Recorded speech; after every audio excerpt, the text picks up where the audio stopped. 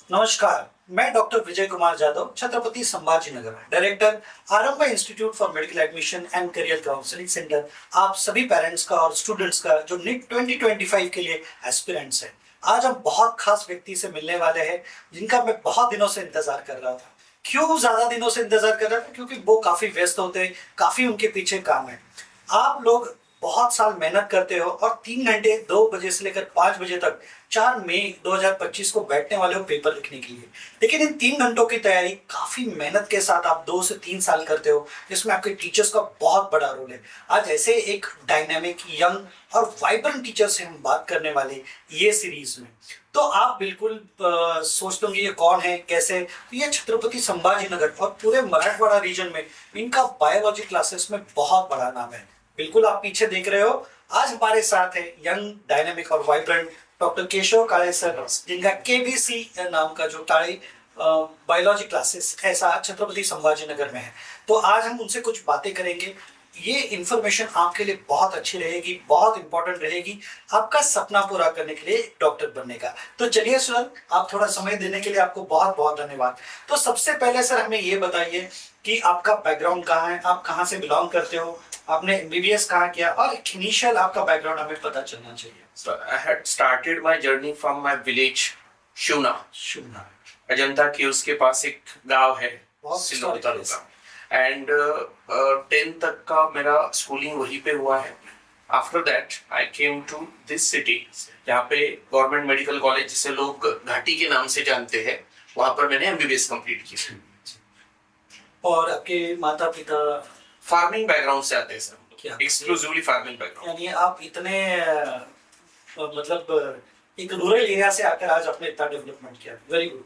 तो सर आप एमबीबीएस करने के बाद एमडी या एमएस करने के बजाय आपने ये टीचिंग फील्ड कैसे चूज की सर? कुछ सर्कमस्टेंसेस की वजह से ये तो कंपलसरी था कि जॉब करना है जी। एजुकेशन के दौरान ही जॉब करना है, और कोइंसिडेंस से मुझे लेक्चर के लिए पूछा गया किसी के दौरान। तो सेकेंड ईयर में मैं मॉर्निंग आवर्स में 2 लेक्चर लेता था। तो फिर धीरे धीरे जरूरत इंटरेस्ट में बदल गई। आफ्टर कंप्लीशन ऑफ एमबीबीएस मेरे पास 2 चॉइसेस थे, एमडी करके आगे बढ़ना प्रैक्टिस करना। और नहीं, प्रैक्टिस करना ये तब तक मेरा क्लियर हो चुका था कि कोचिंग इंस्टीट्यूट में ही आना है, एमडी करके आना है या अभी आना है ये डिसाइड करना था। तो फिर वो डिसीजन ऐसा हुआ कि आफ्टर इंटर्नशिप इधर ही आना है, तो फिर एमडी में 3 साल जाने से बेटर है पहले ही शुरू कर देते हैं। तो अभी ऐसे कितने साल हो गए सर आपको कि आप अब इस टीचिंग फील्ड में हैं? मुझे ये 14th ईयर है टीचिंग में पूरा एक और कंप्लीट। हाँ, और केबीसी स्टार्ट करके ये अभी मई 5 मई को 6 साल कंप्लीट हो जाए। क्या बात है। 15 में से 50% टाइम आपने केबीसी Yes, स्टार्ट किया। almost. सो सर आपकी जर्नी जब चालू हुई तो क्या अच्छे, क्या टफ, ऐसे क्या एक्सपीरियंसेस आए आपको किस बारे में? केबीसी स्टार्ट करने के बाद? पर अब जब स्टार्ट हुआ था तो सब कुछ ही खुद से करना था, टीचिंग भी खुद करो, स्टडी मटेरियल, पेपर्स। आज भी मैं सारे पेपर खुद ही बनाता हूँ, मतलब मेरे पास स्टूडेंट रिलेटेड सारे एक्टिविटीज मैं खुद करता हूँ, नोट्स बनाना, देन पूरा सब्जेक्ट मैं ही पढ़ाता हूँ, एंड पेपर और डाउट के लिए भी मैं ही अवेलेबल। और इन सब की शुरुआत 6 साल पहले हुई। सारा मटेरियल तब बनाना था, अभी तो काफी चीजें बन चुकी है, तो अब उतना लोड नहीं है, लेकिन तब सब कुछ बनाना है तो वो एक 17-80 आवर्स का वर्किंग हो जाता था दिन भर में। 2 साल तक 17-18 घंटे काम किया है। तो घर वाले का भी टेंशन रहता है। जी जी। तो आपका मेथड ऑफ टीचिंग क्या है सर? यानी आप कैसे बच्चों को पढ़ाते हैं? क्योंकि हर तरह के बच्चे होंगे आपके पास, जिनका स्कोर 95 एंड अबव होगा, जो 70 वाले भी है। तो इनको सबको कैसे आप हैंडल करते हो सर? जो सबसे बेसिक वे है टीचिंग का, या जो सबसे ऐसा कह सकते हैं कि लास्ट बेंच के बच्चे को भी समझ में आए, ये अज्यूम करके पढ़ाता हूँ। किसी को कुछ आता है वो मेरे दिमाग में ही नहीं रहता।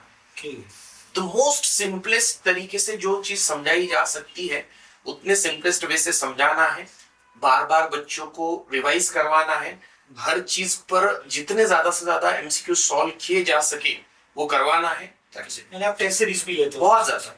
ओके सर, कुछ मैं यहाँ पर कुछ बुक्स देख पा रहा हूँ सर, ये थोड़ा इसके बारे में कुछ इन्फॉर्मेशन देंगे आप स्टूडेंट्स? ये 6 बुकलेट्स है सर, ऐसे 11 के 3, 12 के 3, और इसमें जो 11-12 का एनसीईआरटी टेक्स्ट बुक है, इस पर लाइन टू लाइन क्वेश्चंस है।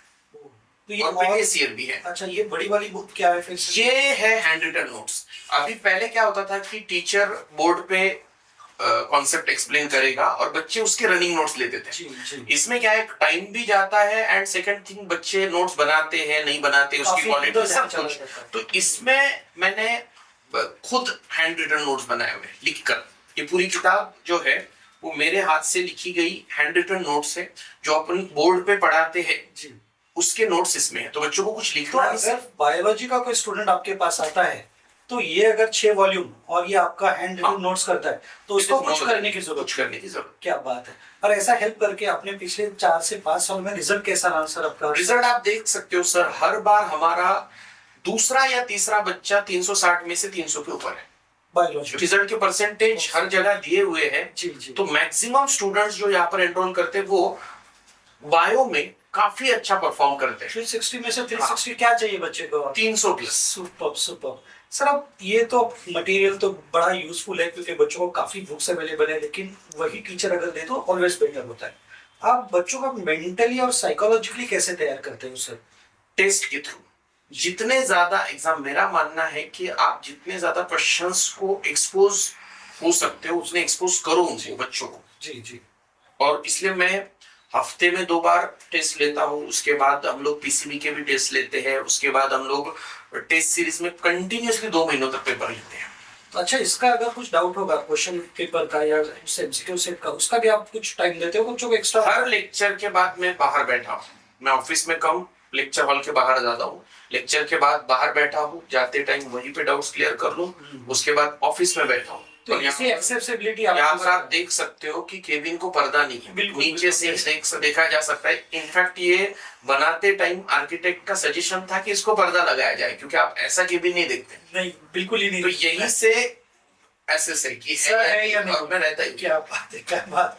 सर अगर कुछ आप रिपीटर्स बच्चों के बारे में, क्योंकि क्या होता है एक अटेम्प्ट के बाद बच्चों का थोड़ा साइकोलॉजी डिप्रेशन में जा सकते हैं बच्चे या थोड़ा सा डाउन होते हैं, तो आप रिपीटर्स के लिए क्या करते हो सर खास करके? रिपीटर्स के लिए कुछ साइको एनालिस्ट या साइकियाट्रिस्ट के सेशंस होते हैं बीच में। जी जी। या फिर जिन बच्चों को एंजाइटी या उस तरीके के प्रॉब्लम है उनके काउंसलिंग सेशंस भी लिए जाते हैं, एक्सपर्ट्स आते हैं हमारे यहाँ पे। लेकिन मेरा फिर भी वही कहना है कि हालात जो है, बच्चों को ये समझाया जाता है कि हालात को एक्सपोज या फेस करने के अलावा कोई ऑप्शन नहीं। पर आप सबसे बड़े एग्जांपल तो आप हो सर। मैं हूँ, कई सारे लोग रूरल एरिया से आए, एमबीबीएस के, और आज इतना 15 साल से बच्चों की मदद कर रहे हो, ये कोई छोटी बात नहीं, आप खुद एक इंस्पिरेशन हो सर। हाँ, और कई सारे बच्चे अब जो रिजल्ट्स आए हैं इसमें बहुत ऐसा इंस्पायरिंग स्टोरीज है, बहुत सारी इंस्पायरिंग स्टोरीज है कि जिन्होंने बहुत स्क्रैच से। Yes. Very good sir. Future plans में आप बच्चों के लिए क्या करना चाहते हैं सर? फ्यूचर प्लान्स में सर एक फाउंडेशन का चल रहा है अगले साल। जी जी। फाउंडेशन की एक हम कोशिश कर रहे हैं कि अगले साल तक हमारा फाउंडेशन आ जाए। मतलब बच्चों को 10 तक की रुकने की Yes. जरूरत नहीं, पहले से ही हो जाए। यस। Very good sir. एक थोड़ा सा भी ये क्वेश्चन पेरेंट्स को भी होता है कि कई क्लासेस है जो 2 लाख 5 लाख ऐसे फीस करते हैं, तो आपके पास कुछ कंसेशन या स्कॉलरशिप्स है जो बच्चे रूरल मेरे पास पहले तो स्कॉलरशिप एग्जाम में लेता नहीं, क्योंकि वो मुझे सिंपली ऐसा लगता है कि जो लोग बोलते स्कॉलरशिप एग्जाम वो नाटक है। सब लोग बिजनेस कर रहे हैं, परफेक्ट। वो स्कॉलरशिप के नाम पर लोगों को बुलाते हैं जी। और उसमें भी बिजनेस ही छुपा हुआ है अगर आप ध्यान से देखो तो। और ये किसी एक का नहीं, सभी के लिए। जो मेरा सिंपल है, ये फीस है, रिजनेबल फीस है जी, जो कि एक्सपेंसेस और सारी चीजें बैलेंस करके है। मैं देख पा रहा हूँ ये नोट्स। ये नोट्स भी आप बच्चों को ही देते हैं ना सर? हाँ, ये बच्चों इंक्लूडेड इनटू द पैकेज होता है कि अलग से? नहीं, included, everything included in the package. मैं बाद में फीस के अलावा हम लोग कुछ नहीं देते। क्या बात है, दैट्स सुपर। तो सर मैं एक लास्ट आपसे कुछ जानना चाहूंगा कि 2025 के बच्चे जो कि 4 मई को एग्जाम देने वाले, उनके लिए आप क्या कहना चाहते हैं? आप पढ़ाई करते रहो, रिवाइज करते रहो, रिजल्ट की जगह रिवीजन पे फोकस करो। जी। क्योंकि रिजल्ट जो है वो पैनिक कर देता है आदमी को। अगर आप जितना ज्यादा रिवीजन पे, रिजल्ट पे फोकस करोगे, आप एंजाइटी में चले जाओगे। इंस्टेड ऑफ दैट आज पे फोकस करो, रिवीजन पे फोकस करो, रिवीजन प्रॉपर हो गया, एग्जाम अच्छा ही जाएगा। तो डॉक्टर केशव कायत सर ने आज हमें टाइम दिया, मैं उनका बहुत बहुत शुक्रगुजार हूँ। और मैं बिलीव करता हूँ कि छत्रपति संभाजी नगर और मराठवाड़ा रीजन में अगर आपको बायोलॉजी क्लासेस के बारे में कुछ भी इंफॉर्मेशन चाहिए तो मैं डिस्क्रिप्शन में वीडियो के आपको डाल दूंगा सर का नंबर, कॉन्टैक्ट डिटेल्स और इसका लोकेशन भी दे दूंगा ताकि आप आराम से सर के पास आए। और 15 साल का एक्सपीरियंस कोई छोटा एक्सपीरियंस नहीं है दोस्तों। सो हम विदा लेते हैं डॉक्टर काले सर से, उनके समय के लिए उनको धन्यवाद देते हैं। और आपकी एडमिशन प्रोसेस जैसे स्मूथ करनी है तो आरंभ इंस्टीट्यूट आपके साथ है। अभी भुसावल, जलगांव, थाने और कल्याण में आपके साथ है। तो मैं विदा लेता हूँ डॉक्टर। और मुझे सर का एक्सपीरियंस बहुत अच्छे से पता है, ही इज द एक्सपर्ट। सो आप लोग डेफिनेटली सर के बारे में सोच सकते हैं। सर के काइंड वर्ड्स के लिए बहुत बहुत धन्यवाद आरंभ इंस्टीट्यूट की तरफ से। Thank you very much.